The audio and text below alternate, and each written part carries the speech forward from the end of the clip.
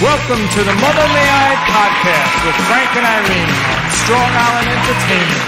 Gee, I hope I didn't make a mistake with these two. They promised me they'd bring in some really good guests. Well, anyway, here's Frank and Irene. Yay! Welcome to Mother May I podcast with Frank Irene. I'm Irene Bremis, and that handsome devil over there is Mr. Frank Conniff. I just want to plug every single... Frank, stop being modest. You know, who was it that said, I think it was Keith Richards that said, the most deplorable thing about humanity is humility. Stop it, Frank.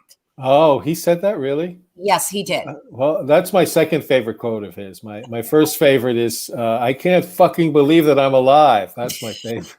I love it. Yeah, I can't. I can't believe that he's fucking alive either. I actually I had the pleasure of seeing them in a very small venue because my friends were opening up for them.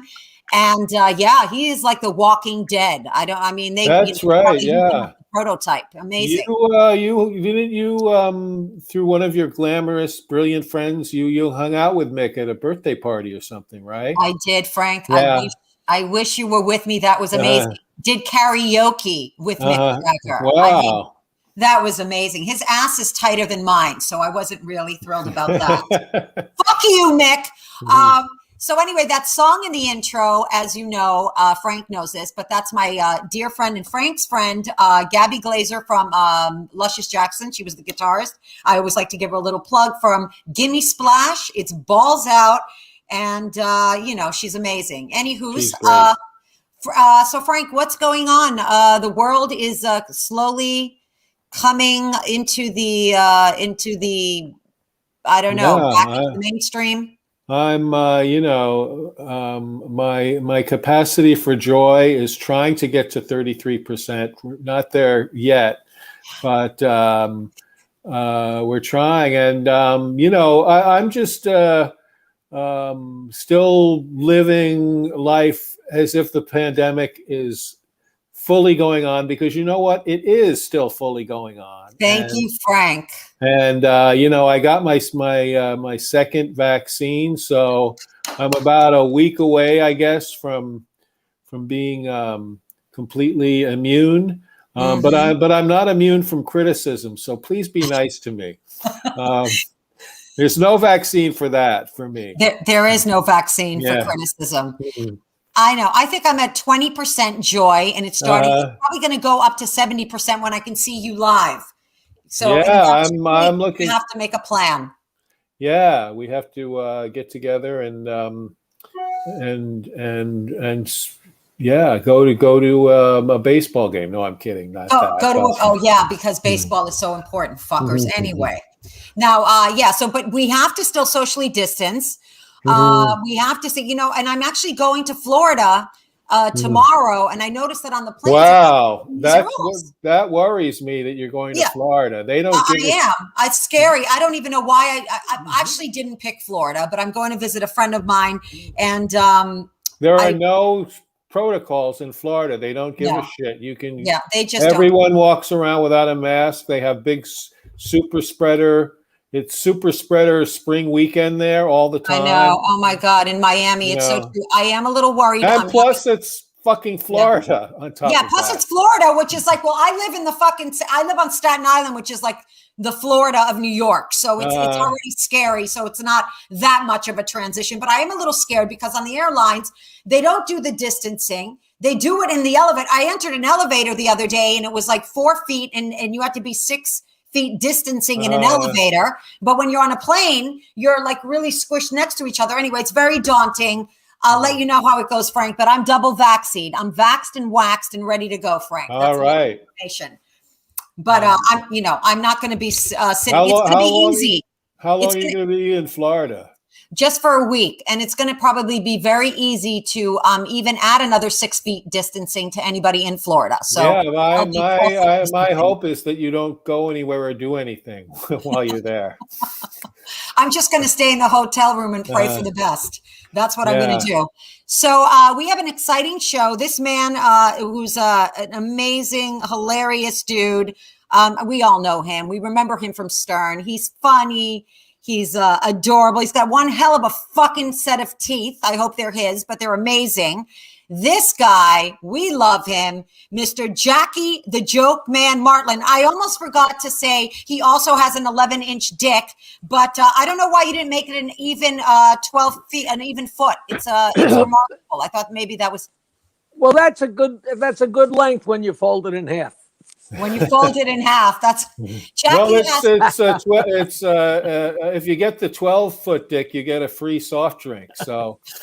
You know what I usually tell people is I have an 11-inch dick, which is a little too wide for most women. No, you told me 11-inch dick, yes, when it's flaccid. You have 3 feet, 2 you put socks on, and 1 you throw a condom on. And every man is envious of that.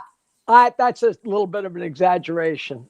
I don't know about you guys, but the world is absolutely insane. But I don't know about you. I live on the water. I have a beautiful girlfriend, 2 cats. We eat well. We watch lots of movies. We have the perfect life. And I am out of my fucking mind. I can't imagine people living in apartments. And I mean, it's crazy. This whole thing is, and what nobody addresses is the fact that it's all over, India and Brazil and all of them being so, we're only as good as they are. Whether we like it or not, the goddamn world, it's like an airplane. It's like a no smoking section of an airplane. If we're doing fine, that doesn't matter if they're fucked in India.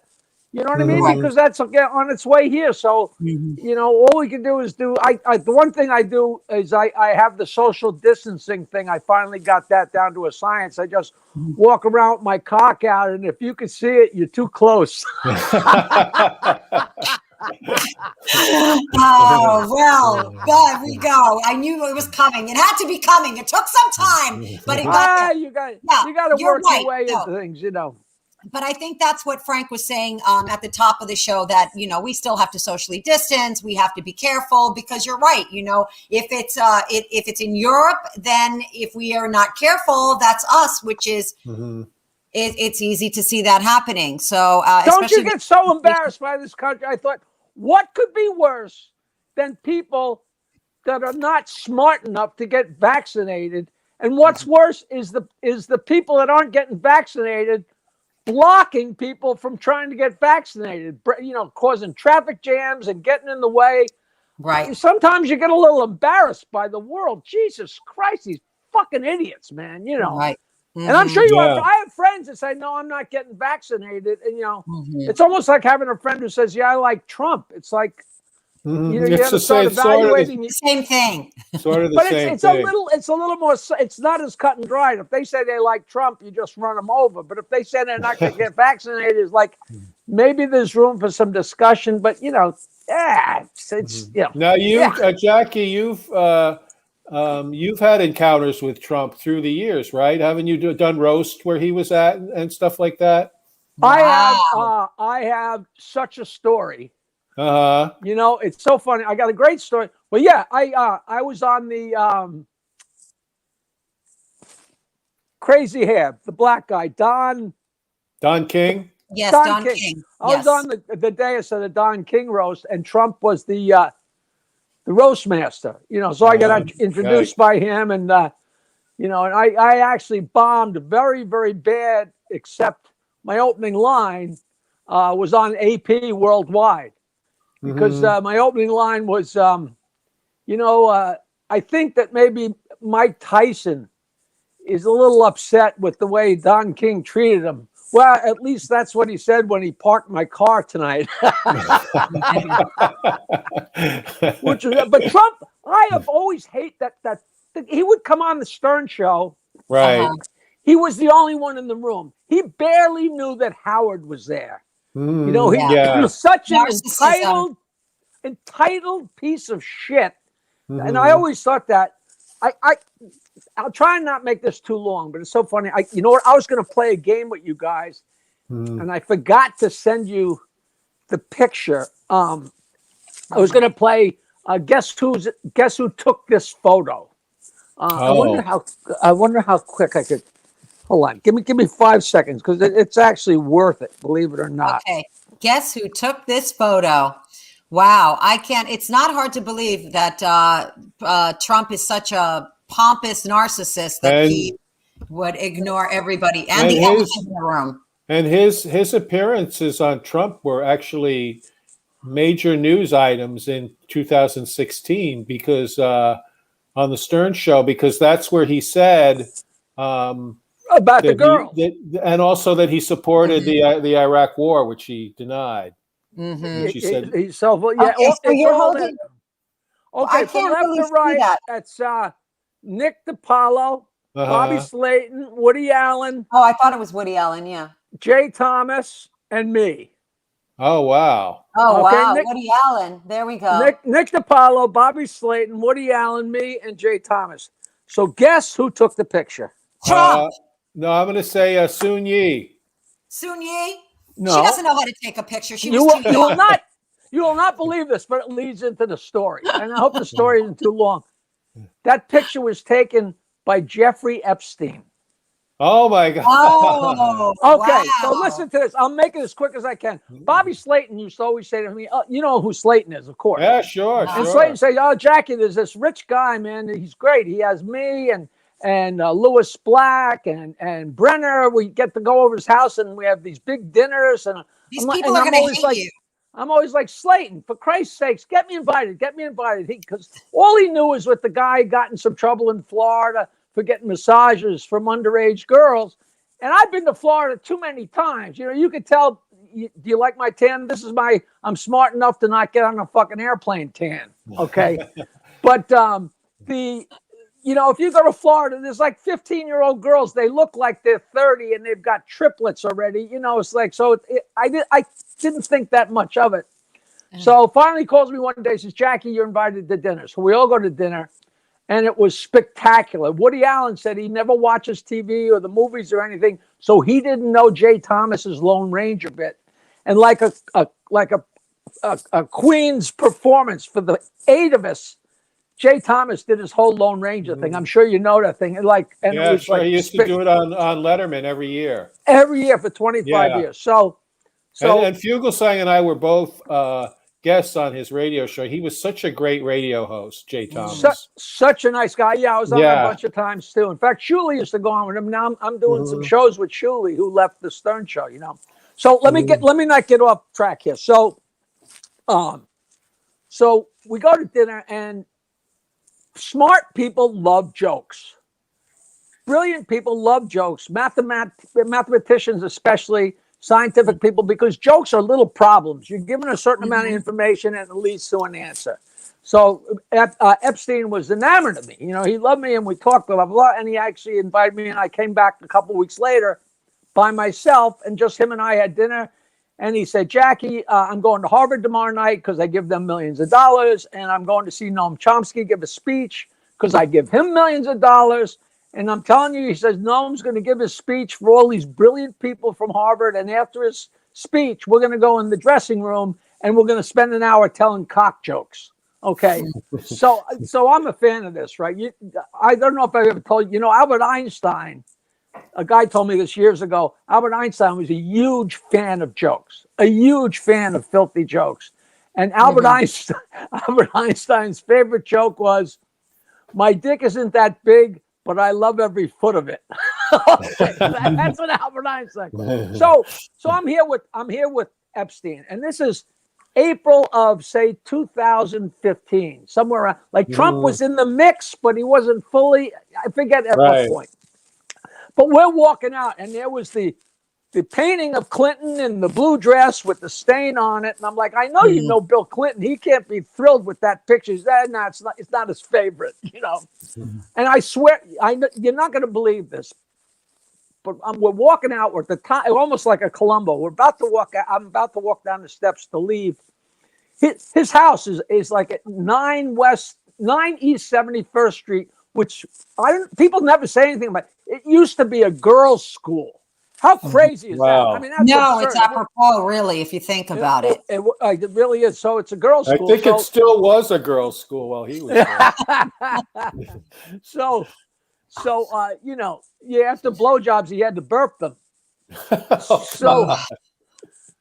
I just saw Otto and George on tape the other night. Oh, Otto and George. They're They so were, brilliant. He was so So great. brilliant. So great. I stole that from Otto and George. They were dear friends for 40 years. Yeah, We were the Otto was the nicest guy. He was such a great guy. me and Otto were the two guys that could never get booked because we were so filthy. So we kind of had But that's why I booked him. I was so lucky to have him on Staten Island. I forget, obviously a long time ago, and everybody loved him. My favorite bit was that whole axe looks like the woman's vagina looks like an axe went through a gorilla's back. I know it's kind of gross. He had that dummy's head, so the hair would fly back, and it was all red. He said, "This is my impression of the Kennedy assassination." And he was really over the top. Yeah. All right, so we're getting off track. So I'm walking out, and for whatever reason, I said, "Jeffrey, you're a rich guy. Trump's a rich guy." I think he had just come down the stairs with his big announcement, whatever. Right. I said, "You must know Trump." He goes, "Well, yeah, me and Donald used to be pretty close, pretty good friends." Now, at the time, I didn't know that they were gangbanging 14-year-olds together. I just figured they're rich. Maybe they knew each other. He goes, "Yeah, we used to be friends, but we had a falling out." And I said, "A falling out? So what happened? He beat you up in a deal, like he owed you money or something?" He goes, "No, it was a morals thing." And he told me this, and I told people, and they told me I was crazy. But this actually was in the book that Michael Wolff wrote called Fast and Furious or something like that. He said, Trump said to me out of a clear blue sky, he turned to me and said, "Jeffrey, do you fuck your best friend's wives?" And I said, "I'm not married, but of course not. Honor among thieves or something like that." And he said, "No." And he said, "Jeffrey, that's the only way I can get off is to fuck my friends' wives. I try and fuck them. If I can't, I have my friend come over to my office and sit there, and they sit across from me, and we talk pussy, and I have their wives on speakerphone without them knowing.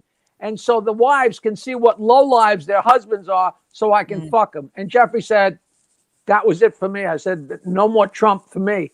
It's a morals thing from Epstein. So how crazy is that? Well, that is there such a thing? And then months or years later, all of a sudden, that book, I actually saw what I just said to you in text on MSNBC, about Trump and his friends' wives. So just crazy. And then the whole thing with Epstein, who obviously was killed. The problem is, if you want to know who killed him, it's like form a double line. The list of people that, It makes sense. But you know what I have to say from that story, Trump and Epstein, they sound like kind of bad people. They really do. I wouldn't trust either one of them, Frank. I was thinking the same thing. They're both kind of icky. I lent Epstein $20. I lent Epstein $20, and I got a feeling I'm never going to see it. But enough about them. Fuck them. I got to tell you my COVID joke. Yeah, I think a lot of people are going to be angry about you naming them and then putting them in line with Epstein. Who was it again? It was Nick DiPaolo, Woody Allen. Hey, they're comedians. Yeah, they right. For a free dinner. Yeah, you're the only one that actually went back to the estate alone. No, I actually heard a story years ago about some guy wanted to put Bob Dylan in the movie, and he invited Dylan and his friend over for dinner. And because the guy was really wealthy, and he had his chef make a really, really nice meal, and then showed them the movie that he wanted Dylan to do the music for. And Dylan said, "I really need to see the movie again to know." And on the way out, his friend said, "Bob, what are you doing?" He says, "The movie sucked, but I want another free dinner." I mean, that's how comics are built. They're low lives. So, DiPaolo and me, well, Jay's gone, and then Woody, whatever. But but the fact that they were double teaming girls and everything, I think it's just despicable. The Trump and Epstein thing. Ghislaine, who everybody's like, how do I pronounce her name? It's easy. Kuhnt. That's how you pronounce the bitch's name. How is she? Answer me this. Riddle me this, Batman. How is she still alive? Well, I don't know. She's got as much on everybody as Jeffrey did. Mm-hmm. You know what I mean? So who knows? There's no explaining anything. It's been 15 or 20 things since. Well, now that Trump did that, he's done. He's toast, and nothing has made a dent. The people that he ripped off from thousands and millions and blah blah blah with that scam. No, he's my guy. He's my guy. He just took your wallet. He's my guy. He's over there finger fucking your wife. Yeah, but I love him. Like yeah. It's true. He just did a speech Sunday night where he said Mitch McConnell was a stupid son of a bitch. And today, like the Republicans they made up an award that they gave him. They basically gave him a participation trophy, like the Defender of Freedom Award. I mean, imagine what your life would be like if your existence rests on kissing ass of this guy. It would just be so unimaginably horrible. It's not only unimaginable and debasing, but it's also so uncertain because he's such a fucking unhinged maniac and has absolutely no loyalty to anybody. But it's not that there's a few of them. It's so many of them. It's almost all of them. It'd be bad enough if it was 5 or 7 of them. But and I say the same thing. Don't these Republicans have wives and children and grandmothers and neighbors that they have to look in the eye? Don't their 18-year-old sons look them in the eye and say, "Pop, what the fuck are you doing?" Or their 18-year-old daughters. Yeah. Who knows? I certainly don't know. He's thank God he's out. Frank, it's interesting because I don't keep up with anything really anymore. I'm kind of like decompressing. So I didn't even know that he was speaking, Yeah, well, it was a private private event. They were celebrating Sylvester Stallone joining Mar-a-Lago, which is a true thing that just happened. Are you serious? You're not making a joke? No, I'm not. No, it's real. It's real. And you know what? In related news, Frank Stallone just joined Sam's Club. So Frank Stallone came on the Stern Show all the time. It was always great fun. Oh my God. You know what? I just gasp at all of it. How can how the fuck can you make comedy? There can't be The Onion anymore because The Onion would have written Sylvester Stallone just joined Mar-a-Lago. Right. Exactly. The Onion. Yeah. That's true. Now, I don't even know if you guys got together and said, let's fuck with Jackie and tell him that Sly Stallone joined Mar-a-Lago. Oh, no, God. I think Frank is telling the truth, even though it sounds like it is an Onion story. You're absolutely right. Now, Jackie, so you're isolated in what looks like a Mecca and beautiful. I'm just looking at the view in the back. It looks amazing. It looks like it's a little wooden cottage or wherever with your wife. This is the garage that was on the property when I bought this house 22 years ago. Wow. And I had them, I took everything out of here, had the guy cut a hole in the roof and had my guy completely do it in pine. And I got divorced, so slowly but surely he'd make some shelves and I'd bring some stuff over and he'd make some more shelves. I'd bring some. So everything I've ever done is on the walls and up in the catacombs and everything. And that's my house is over there. And the Long Island Sound is about 300 feet that way. Wow, you're the Great Gatsby over there. Yeah, what's going on? I didn't realize you had architectural talents in addition to being it's got nothing to do with me, but the history of this place, the woman that owned it, she was 99 when I bought it. And she had been the executive secretary to the president of U.S. Rubber. Wow. You can't even make this shit up. And her brothers machined Rolls-Royce parts in Queens. And the place is unbelievable. It's such a history. And it's just, all the places in Bayville are teeny because it's a seaside community. Mm-hmm. But this is it's 100 by 100, which is, or maybe 150 by 100, whatever it is, it's way too big for a little seaside community. Howard used to break my balls about how me and Nancy were buying all these shacks. But the point is they were all little tiny houses in a seaside community. They're just absolutely gorgeous, wonderful little places. And he'd break my balls. And meanwhile, we all know what a horrible investment real estate is, And I know. But I could never fight with him because I couldn't say, well, I'm on the President Streets in Bayville, because at the time, 45 Stern people would have chased the place down. You know what I mean? When the place was, when it was really crazy. It's 20 years later, it's almost still crazy. Yeah. People 20 talk years. to me like I left the show yesterday. So Mhm. it's. But I like that. It's fun. Yeah, yeah. Yeah. I mean, look, that's what you're Well, known for. In you have addition a very loyal. your 11-incher, that's another thing Yeah. right there. Well, you But have a I loyal would like fan to base. say that I'm going to be on the Stern Show on Friday. mm. But it'd be kind of stupid to say that because it's not true. So what have you been doing, Jackie? You've been doing a lot. You've been doing a lot of podcasting, a lot of radio. You know what? In the beginning, I did a bunch of those Zooms.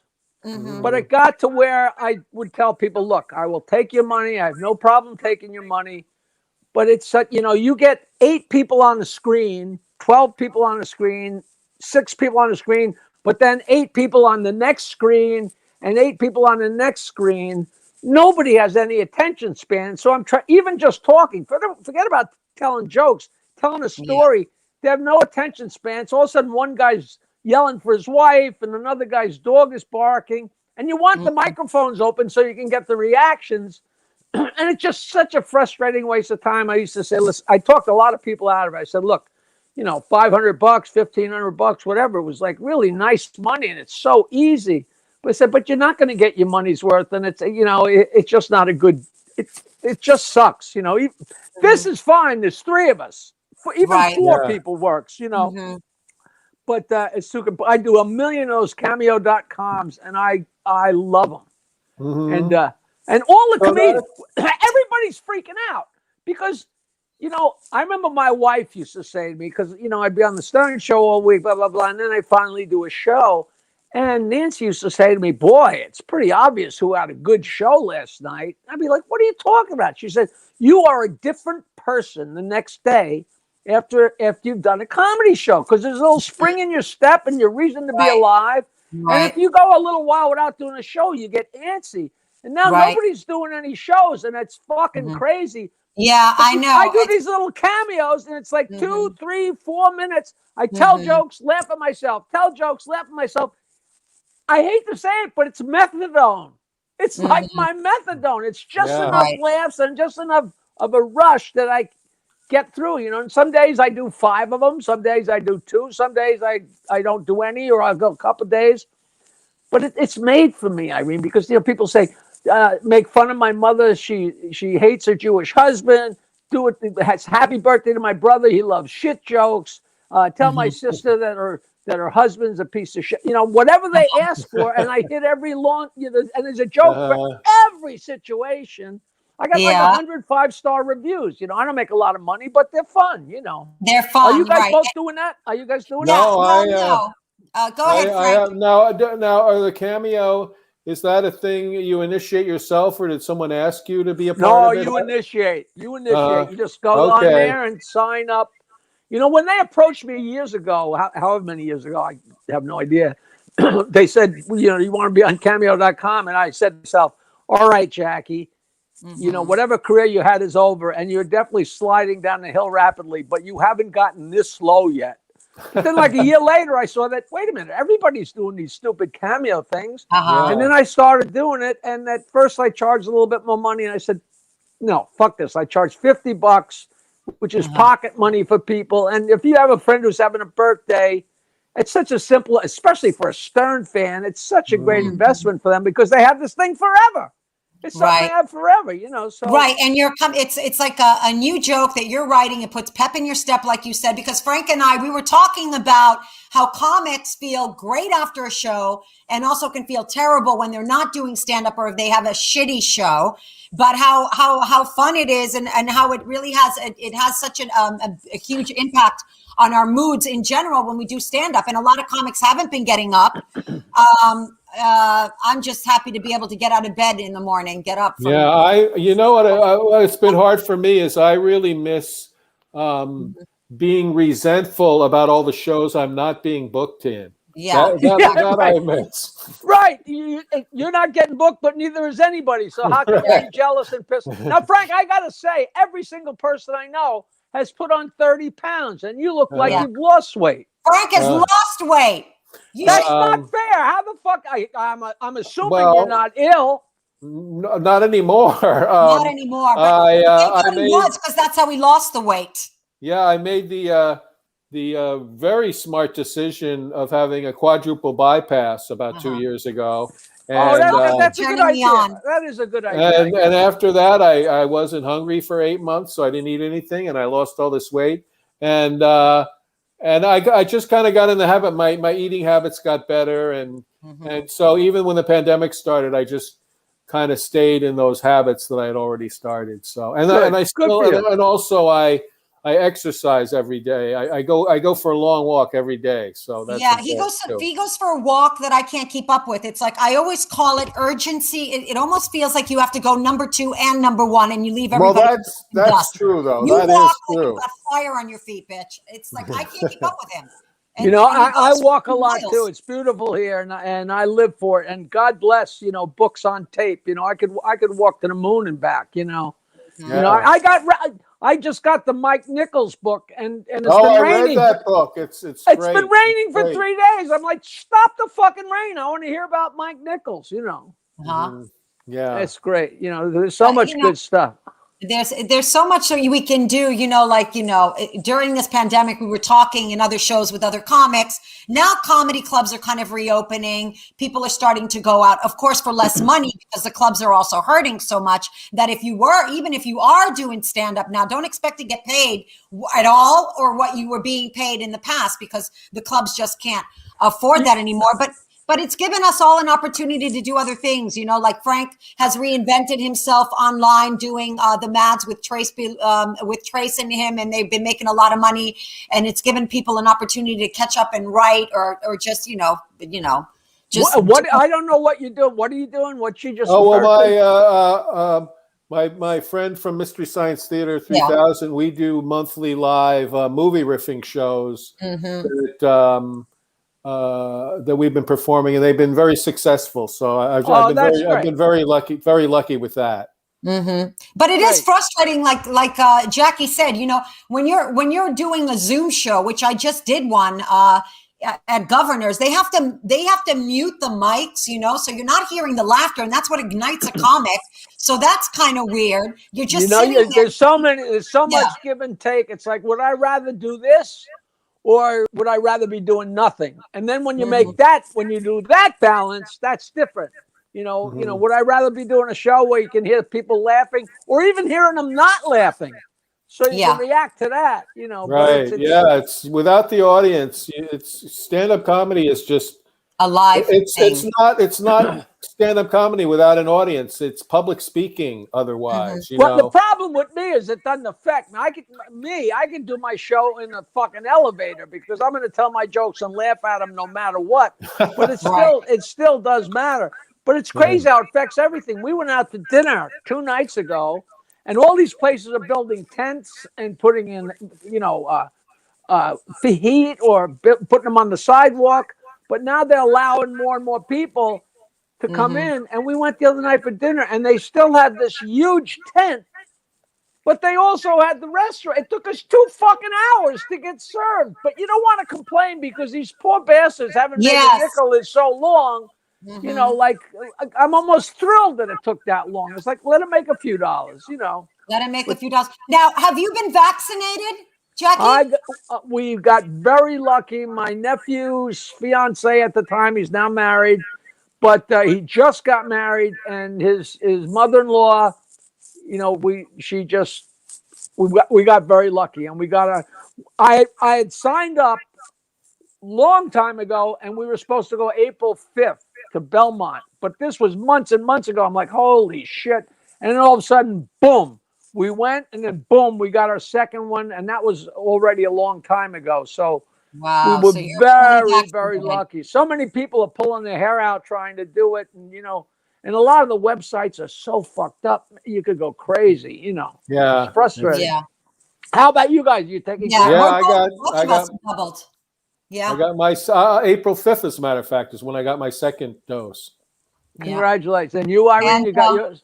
Yep, I'm all vaccinated myself. So now, you know, I'm just excited. You know, in a couple of weeks, I'm going to be, I guess it takes about 2 weeks to get that 90 point whatever efficacy. And, just slowly but surely trying to get out there again and just listen. We're going to still continue to social distance. We were talking about that, and of course, and wear our masks. Which the good thing about wearing a mask, we were talking about this in the last show, was that we haven't had allergies, colds, or anything else since we've been wearing these masks.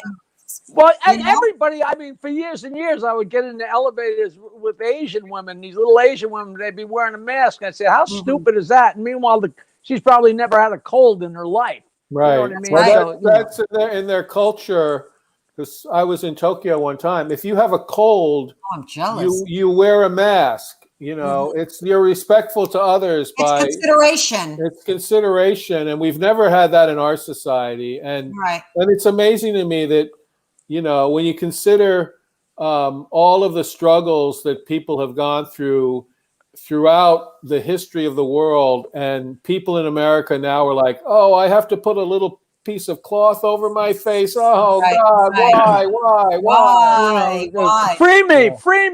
Yeah. Free me. You know, it makes you so embarrassed. You know, I went to Tokyo like Japan 4 or 5 times with my friend who booked all the Blue Notes, like in in all those places. And we went there with the Isley Brothers and with Benny King and about 3 or 4 of the classic groups. And it was just a different world. And he said, Jackie, if you took your wallet out and put it on the curb and came back tomorrow, it would be on the curb. That's the kind of people. And it's like, it's just so hard to wrap your head around that, you know, like they just so decent, you know, and the most incredible audiences, you know. The Blue Note would be packed where you couldn't move, with solid with people, and none of them spoke any English, but they sang along with every fucking word to Stand By Me. And I was there with Martha and Vandellas, and they're singing, you know, dancing. Oh my, it just the most wrapped audience. Did you open for them? No. Let me ask you guys a question, because Dick jokes are big in Japan. Oh no, they're small in Japan. Sorry. Oh, that was that's all right. No, he booked them, and they would give him 2 flights so he could take somebody with him. So I was on the arm. Great. Toby Ludwig, my friend Toby Ludwig, just a great guy. Amazing. Like I did everything, you know, I did everything with him. And you made me think. I was listening to you because we were backstage with the Rolling Stones for 2 shows down in Florida, because Shaggy was opening up for them, and Shaggy was his my friend Toby's act. And you know, we walked by Mick Jagger. I didn't say hello or anything to see. You never know who knows you. But I actually got drunk with Keith Richards. I got drunk with Keith Richards and Les Paul. The first night, not drunk, but the first night I met Les Paul was his 85th birthday, and Keith Richards was there. And I insulted him, and it was just a night of nights. And I still have a picture from the dressing room that night. Signed. It was funny. Les Paul signed it, and his guy sent me this huge picture of me and Les Paul and Keith Richards. And then I met this guy, Rob Fraboni, that's a famous producer. And he said, yeah, I live next door to Keith in Connecticut. And I rolled it up and sent it to him. And he got Keith Richards to sign it. So I got it. It's not only a stupid picture, but it's signed by both of them, you know. Wow. Well, you did one of the... Oh, go ahead. You know, you did something so sweet. I'm glad, because you just reminded me to bring this up. When a friend of my husband's loves you so much, his name is Berm, and he just loves you. And you wrote a book. Frank, it's never a fucking woman. It's never a woman. Guy. No, it's always a guy. I'm sorry, bitch. It's always a man. That's how come I appeal to people that can do me no fucking good? You know, guys over 70. You're hot for guys. Guys over 70 fucking have a fire up their ass for you. Let me tell you. So this guy really loved you, and you sent him the book. It made him so happy, and he died shortly after, probably because he was laughing so hard. No, he did. He passed away. But I thought that was like the sweetest thing. It made him so happy that you're so kind, that, you know, you have a big heart, that you gave him this book. You sent it to him. And well, I'm assuming you're going to get the book and send it back. No, I'm sorry. We buried it with him. Because that's how much he had a heart on for you. So we're not going to take that book away from him. You know, I never get sick. You know, I get the stupidest, I get the greatest compliments, but they're always so weird. I got a text from a guy. I don't know, whether a year ago, 5 years ago. Time makes no sense anymore. Yeah. But it was an email from a guy and said, Jackie, I live in Toronto, and I recently became a huge fan of the Howard Stern show. It was like 2007, I think he said. Or maybe he said a couple of years ago, I became the hugest fan of the Howard Stern show in 2007. He said, and I instantly was so drawn to it. He says, but then I started listening to the older shows that are on YouTube and on the web. And this, who could make this up? He said, it's like having a brand new favorite band and then finding out that you like their earlier albums better. What a wonderful, wonderful compliment, you know. And I would have sent him a book, except that cocksucker friend of Irene's got the last one. I'm so sorry. Fuck that. He's buried with it. It was a special request, you prick. Yeah, so that guy, he's not an incel at all. That guy, that's so Frank's making a few dollars. What about you, Irene? Were you doing any side hustles or anything to? Yeah, no. So I've been, again, doing like the podcast with Frank, and then writing a lot. And now I'm starting to get up and do a little. I've got some things coming in stand-up wise too, but it's like, again, it's it's slow, and I'm booking like in advance or whatever. But mostly just exercising. I'm exercising a lot. I'm training a lot of comics and a lot of people on Zoom. So I'm training a lot. I've been really freaking busy with that. And other than that, just like constantly trying to come up with stuff and ideas to pitch, and I'm just taking the time to do that, which has always been something I wanted to do. It can be so weird because I'm not doing anything, but I'm so busy, which makes no sense. It's almost like you pile up crap to do, and it's still fun. I still, my favorite thing in the world is like a couple hours from now, I'm going to be talking to David Feldman. I call him once a week, once every 3 weeks, something like that. And I've recorded 100 different phone calls with him. Wow. Solid, filthy jokes. And there are no repeats. He can't believe that I'm not out of jokes, and I'm not out of jokes. I mean, some are better than others, but it's still fun. I just go further back and further back into the archives, and you're like, Jesus Christ, I never realized how funny this is. Yeah. Well, I heard that the greatest. This is probably the oldest joke in the world, but I never heard this before. A reporter says to a guy, he says, "You're 97 years old?" And the guy says, "Yep." He says, "What's your secret?" He says, "One time I blew a guy for his watch." No, I mean the secret to your longevity. I eat fruits and vegetables.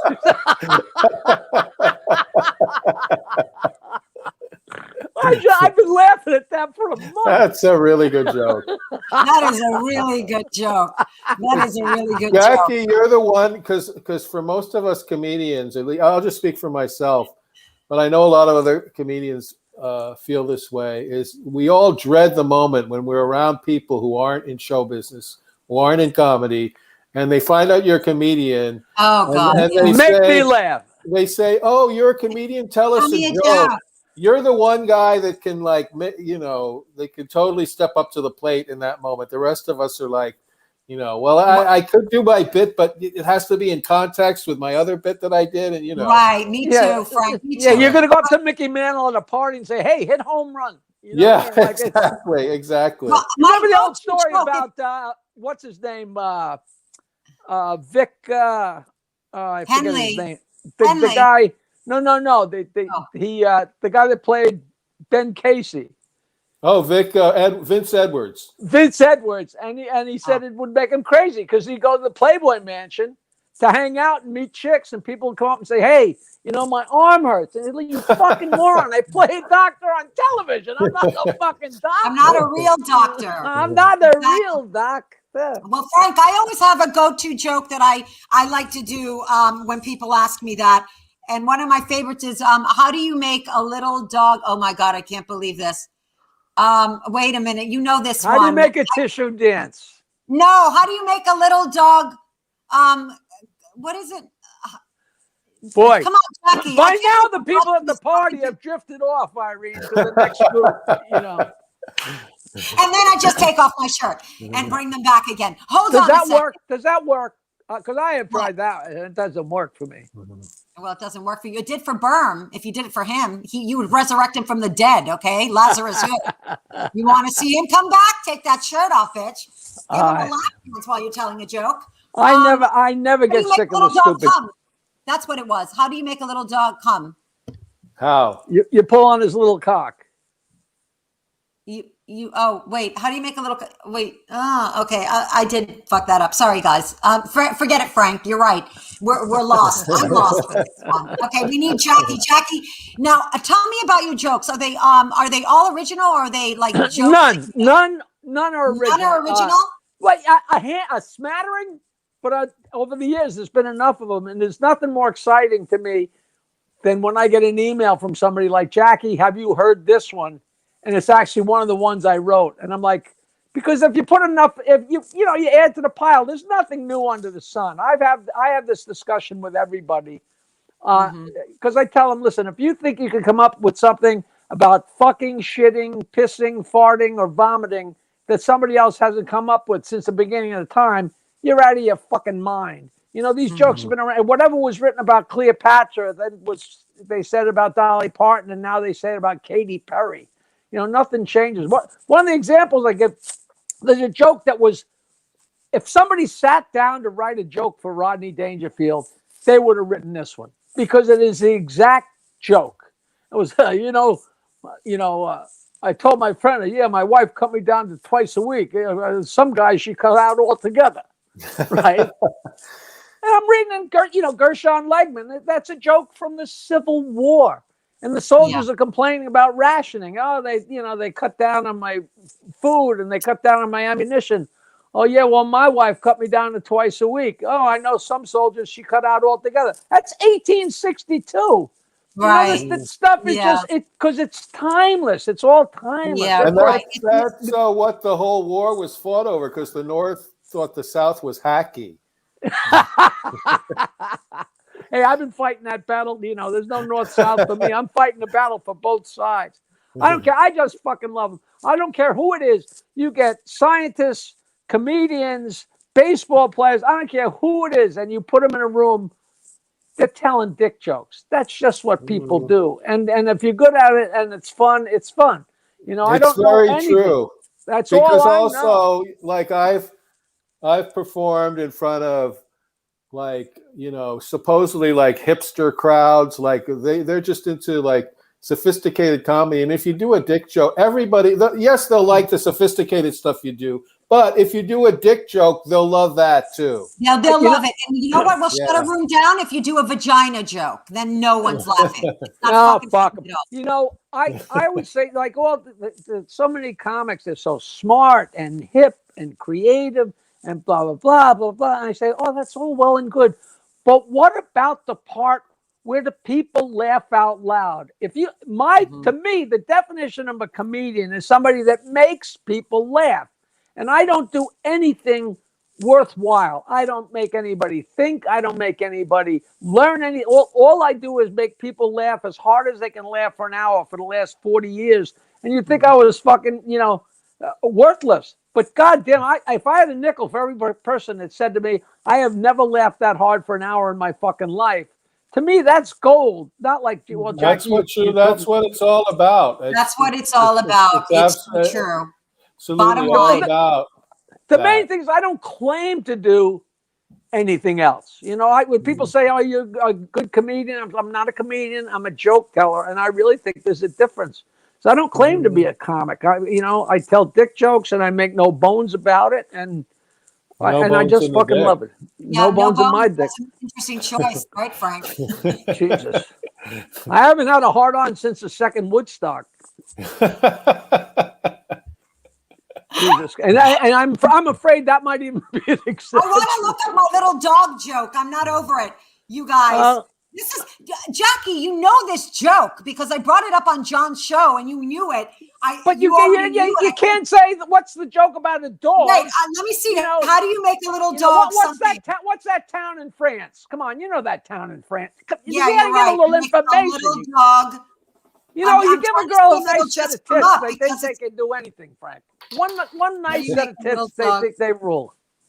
Oh, shit. All right. I'm going to have to text it to you guys when I finally figure it out. No, don't. Well, you know what? I do believe that you are a comic, though, because comedians do tell jokes. Now, there are different types of comics that are more storytelling comics and other comics. I actually tell jokes, and I know, Frank, you're a joke teller, too. I do tell stories, too. Other people do impressions, but I think that there are different types of comedians out there, you know? So, you know, what I hate, though, is some of the clubs, I don't know if they do it anymore, they say, Wednesday night is street joke night, or Tuesday night we're going to have old joke night. I get so offended when people say this is a street joke, this is an old joke. A joke is a joke is a joke. There's no old, there's no street. A joke, if I tell Frank a joke, Frank, if you've heard it before, it's an old joke. If you haven't heard it before, it's a new joke. And that works for every joke individually for every single person. You know, sometimes a joke is that's been circled around a billion times, all of a sudden is in the atmosphere, and you hear it going around. I would never tell that joke to somebody, because if I heard it 3 weeks ago from somebody, I'll tell that to you and you'll say, oh, that's an old joke. But if I tell somebody something from 1962 that they haven't heard before, Right. because it's all perspective, you know. My objection is a comedian who does an old joke but presents it as his new joke. That's where it gets really. And I've heard comedians on TV do that, and they'll say some joke, and it's just a part of their act, and I'm like, that's a fucking old joke, man. And right. Well, but infuriating. I don't have a problem with that if it's seamless and it works its way in. You know, like every joke, like my favorite year. You know, Peter O'Toole comes walking out of the ladies' room, and a woman's going in. She says, and he's pulling up the zipper, and she says, "This is for women," and he says, "So is this." It's the oldest joke in the book, but in the right place in the movie. But that's a character in a movie, though. Right. That's I a agree different with thing. Frank on this, Jackie, because you're saying, I asked you, are your jokes original? And you said no. You were very honest. But these people are passing that off as their joke, which is technically ripping off somebody else's joke. So, but not unless it's taken from somebody. You know, when I first started, the word went around 1979, 80. Oh, there's a guy in Long Island who tells old jokes. And kind of like I decided I wanted to be on stage. So I got an old joke book and found a few jokes and went on stage and told them. Meanwhile, by 1975, I already knew every joke there ever was. I'd been accumulating forever as a musician and as a wild man at parties. And I only bailed out and started telling jokes on stage because that was the only thing left to do besides get a job. And these guys, oh, that guy tells. But then slowly but surely, as I worked with each of these people, they'd be like, Jesus Christ, Jackie, you're one of the funniest fucking guys I ever met. And I said, yeah. And the reason I tell dirty, stupid old jokes is because they get such huge fucking laughs. And I have no ego about this. The only thing I want to do, if I make you laugh so hard, it's like I just punched you in the stomach. That's what I consider getting my job done. You know, why do you tell dirty jokes? Because dirty jokes make people laugh harder. Right. So comedy comes from tension, and there's more tension in shit, piss, and fucking than there is in what you buy. What kind of hat did you buy for your wife? You know. Right. And you're right, Jackie, because the most conservative, my husband's father he was very conservative. But then we found, like when he died, we went in his wallet and we found a paper filled with dirty jokes, folded and tucked in like it was a condom. It was very strange. But even the most conservative people love a solid dirty joke. Of course. Do you guys know The Amazing Watson? No. The ring? Somebody sent me the other day. They sent me a video of 100-year-old guy telling this joke, and I know I told it to Feldman the first time I did his show when I actually went to his place wherever he had the studio that he went with, and he fell down because he said, that's my father's favorite joke. I can't believe it's the joke about the couple that goes on their honeymoon to Las Vegas. And it says, tonight, The Amazing Watson. So what are they going to do? So they go in to see the show. The Amazing Watson comes out on stage and puts 3 walnuts on a table. And he takes out this huge cock. and he smashes the walnuts with his cock, which is pretty amazing, you know.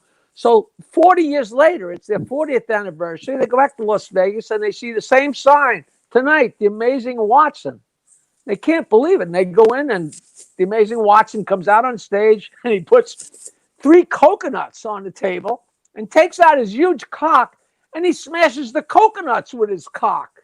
And they can't believe it. So after the show, they go in the dressing room and they say, listen, 40 years ago, you were smashing walnuts. And now you're smashing coconuts. How come? He says, yeah, my eyesight's not what it used to be. Which is just so stupidly innocent. But it's a dick joke, you know. Right. Yeah. But who can be offended by that, you know?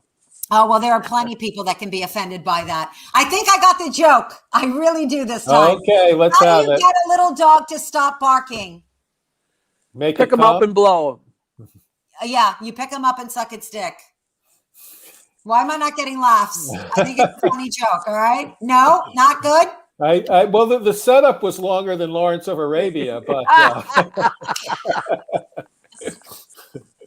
it took a while to get there. How do you get a pit bull to stop humping your leg? You pick him up and suck his Oh, cock. shit!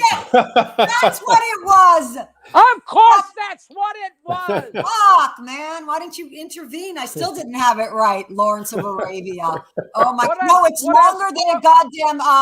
what is it? Government Mule, Allman Brothers tune. That's also very long. I can deliver triplets by the time one of those fucking songs are over. What has 4 legs and 1 arm? What? 4 legs and 1 arm? A pit bull running from a schoolyard. Yeah, Now, see, that's a funny 4 dog legs and joke. 1 arm. Oh God, that's gross. Oh boy, Okay. She's not the sharpest knife in the drawer, Frank. But the best knife you can possibly The best find. knife that I can plunge. Yes. Yeah. Sorry about that joke. I really botched that one. And No, it doesn't matter. It doesn't matter. to get the pit bull one. But Mr. Jackie Martling, you sweet man, what's going on with you? We're running out of time. I just want to make sure that people know where they can find you on the with the @Cameo. My Cameo is cameo.com/Jackie Martling. And I hate telling people this, but I always do. If you go to cameo.com/Jackie Martling, there's like 4 or 6 samples so you can see what I do. But there's enough jokes there. You could steal 40 jokes and never have to use the thing. Nowadays, I wonder what is the proper amount of time. Like, I would love to plug a gig, but my first gig is June 26th. That's so we could all be dead by then, but I'm doing the Algonquin Theater in Manasquan for Uncle Vinny on June 26th. I'm doing the Newtown Theater and the Paper Mill in July, wherever they are, somewhere in upstate New York. And April 16th, me and Shuli are doing a drive-in show. I've never done one of them. I don't know if it makes sense, but you know, the karma is so weird. Like 40 years ago, me and Nancy had an intern.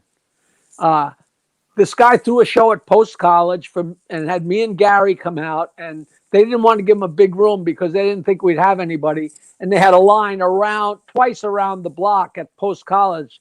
And me and Gary and Fred did a show for this guy, and he has MS, and he was a nice little guy, and he couldn't have been sweeter. He said, Jackie, I'm such a fan. Can I be your intern? I said, well, you've never had an intern, but sure. So he came in, he was an intern, and all that amounted to was when I got home from the Stern show, I would make fried chicken, and we'd all eat. So here it is, 40 years later, he calls me up and says, Jackie, I don't know if you remember me. I have MS. I was your intern 40 years ago. I said, well, let me go through my Rolodex of interns we had that had MS. What? Of course I remember you. You know, so now the guy owns like 12 theaters, and he books 100 theaters.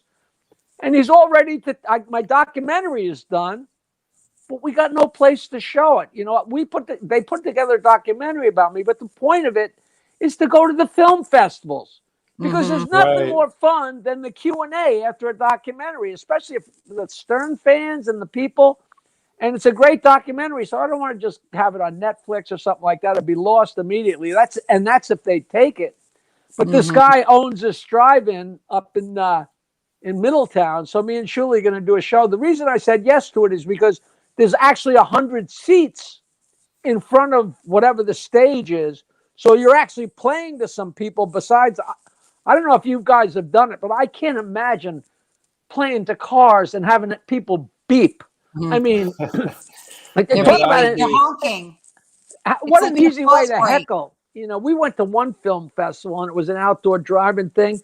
We watched a 2-hour film festival and every film was out of sync. Yeah. Oh, and it was my friends, so you couldn't leave, you know, and when somebody leaves, the headlights, you can't see it. It's just like a horror show, you know. But It's once again, it's like, would you rather be there at a drive-in doing a show, or would you rather be home watching another Seinfeld? You know, so I opt for that. But the best thing is I'm going back for the first time in 2 years. I do shows at Giggles every August with Lenny Clark and Christine Hurley, who are two of the funniest people in the world. Yeah, that's And a great show. The three of us, you just wipe the people off the fucking roof. Well, hopefully by the summertime, I mean, maybe the things will be open up enough that you can just do a regular show there by then. Let's There hope. could be. I'm sure they will be because I mean they're doing social distancing in the theaters, 33 capacity, 33% or whatever. Because I'm doing a theater in June too, and I think we will be. Well, knock on wood. We just got a knock on wood. Knock on wood. That's another dick joke. What's going on? That the mutations don't circle back. Yeah. You know, things can change, and I hate saying it out loud. Don't be a Debbie Downer, bitch. No. Yeah, things can change in a fucking heartbeat. You know, so. Yeah. You know, and I got my sex change scheduled for the middle of August, so I don't know if that's gonna, you know.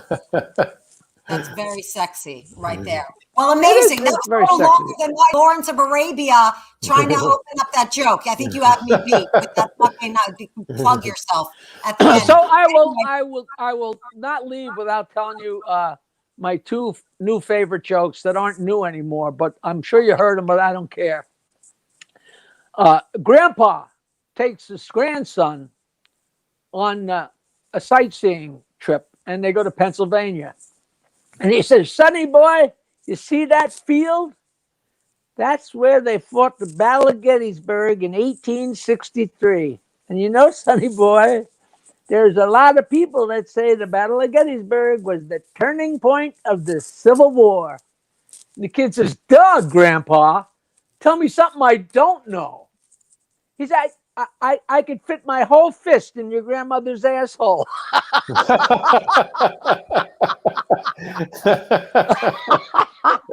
And here's the other one.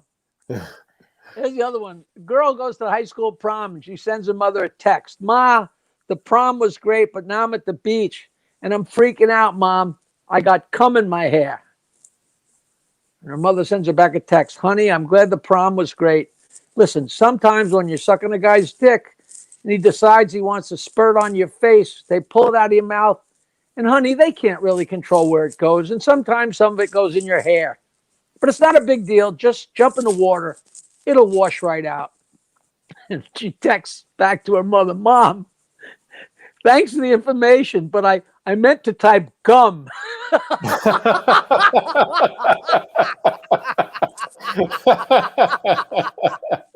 So those are two jokes you can tell for the next month. If I remember them. If I remember them, you see what happened with the little dog. It went south.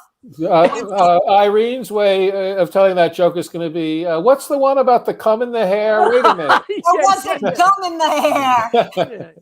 Yeah, what's the one with the gum? Yes, you even gave it too much credit. You know, you got to ruin the punchline. You know, people come up and request jokes.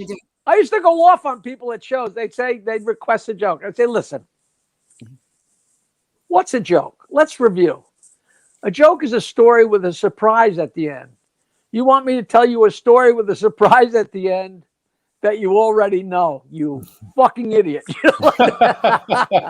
That's like somebody, I do the one about to get to the other side, you know. Yeah. But there are so many, just like the Aristocrats, you know, that's the punchline, you know. But right. That's so much fun, sweetie, having you on. You're amazing. Well, listen, it's so nice to see both of you guys again, let alone at the same time. I haven't seen the inside of Fugelsang's show since Fido was a same pup. I here. don't know if he doesn't like me anymore or whatever. But oh, he does. He's probably going to book you right after he sees the jealousy. He's going to be seethingly jealous that we have you on the show. He's been doing his show remotely too. It's not like he's been in the studio, so he's been doing it at home just like this. I'm sure if you hit him up. Well, I met Feldman through him, and you guys. I met a bunch of people through him, and same here. I met you through him. Yeah, I met Frank through Rena Zager. He never remembers that. He's like me with the joke. But one day maybe it'll come to you on your deathbed. Through who, Rena? No, she's a comic and a mutual friend of ours, and that's. But what? I didn't hear her name. What's her name? Zager. Rena Zager. She used to do comedy. I thought you meant Rena. There's a Rena Strauber who's like a Italian singer or something. So I got confused there. Yeah, no. This girl is a comic. It's okay if you get confused, sweetie. It's understandable. What can I tell you? I always get confused. Okay, so listen, Jackie. So where can people find you? I know it's at Jackie. Everything I do is on jokeland.com. Yeah. And I tell people to email me because I have somebody that answers all my email. Me. But I tell people to email me, jokeland@aol.com. I take all the heat for AOL. I don't care. It's jokeland, JOKELAND @aol.com. I get so many emails. Jackie, you said you answer your emails. You're full of shit. Did you get this? And I write back, no. But it's great. And when people write to me and say, Jackie, I read your book. I loved your book. I sent them the unpublished chapter. I wrote enough for 2 books. And, when you write your autobiography, it's like Sophie's Choice.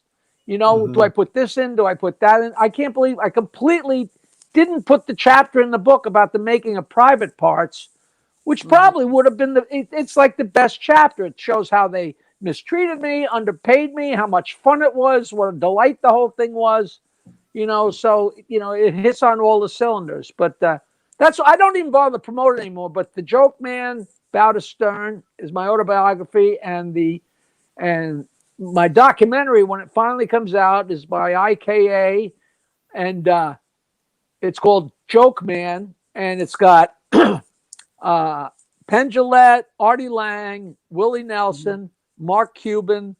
It's believe it or not, Mark Cuban owes me favors, which nobody can, that's not a testament to me. That's a testament to how long I've been around, like Jesus Christ, I knew Mark Cuban when he only had $100 million, Well, I look forward to seeing that. Yeah, me too. Well, listen, we're supposed to have a family and friends screening. If we have a family and friends screening, I'll invite you guys. Please. We would love that. Frank and I will come together. I'll pick them up and we'll take a drive over. And I also smell a sequel about the Private Part, because I think that's something you really want to get on, even though it's a little later. No, it's dead in the water. You know what? I've had, I really did get short shrift in that, because no matter who you are, Helen Keller knows how much I helped Howard, go to the moon. And they constructed that film so it looks like they had hit the big time. And I stumbled in at the last minute, because it only goes up to NBC, And the truth is, when we went to K-Rock and went to mornings and I started passing them notes, that's when we went to Pluto. And not just because of me, but I certainly had something to do with it. And there's not even a hint of that in Private Parts. So, who knows? But I explained the whole thing in my book, and and it's not one of those tell-all things. I just told the truth, and it's fun, and it's funny, and it's goofy, like me. That's all. Well, thanks so much for being on today, sweetie. We love it. Thanks, Jackie. Great to see you. I thoroughly love this, and I think as soon as the pandemic allows, that we should get together and do this live somewhere. And I'm supposed to be getting my own show on Long Island, and maybe next time we do this, we'll do it from my. I don't know what I'm allowed to talk about and not talk. You get so many things going where I can't talk about it. I can't talk about it. And they're like, well, now I can talk about it because it blew up. So, not everything that starts stops. You know what I mean? So, right. So just let us know. Keep us posted, and we're there. We are. Frank, anything that you want to plug to end? Tomorrow night at 8 p.m. is the next movie riffing show that Trace Beaulieu and I are doing, a night of short films. Awesome. And go to eventbrite.com, type in the Mads, and it's only $10, and it's going to be fun. Hope to see you there. Amazing. And also, I'm Irene. We're here every Tuesday. We will see you next Tuesday. You know what I mean. And also, I'm going to plug a gig that's not until June either, but you know what? We might as well start plugging them. I'm doing the Candlelight Theater with Carmen Lynch, so that should be fun. Oh, wow. I'll be posting up all the ticket stuff. Thanks for being here, Jackie. We love you. Thanks, Jackie. I'm thrilled. High quality dick jokes, my friend. You can call me. You can call me anytime. I am always ready. You want to hear the greatest wife joke? Yes. Yes. The wife says, "Get out, get the fuck out." As her husband's walking out the door, she says, "I hope you die a slow, painful death." And he says, "So now you want me to stay?" All right, you guys, I love you. Okay, take care. Take care, Jackie. Love you too. Okay, and we'll see you next week. Thank you. Stay healthy. Bye, everybody. Thanks for tuning in to the Mother May I podcast with Frank and Irene on Strong Island Entertainment. Check us out next week when Frank and Irene sit down with, you know what? I don't know what these two are going to do next, but we'll see you next week.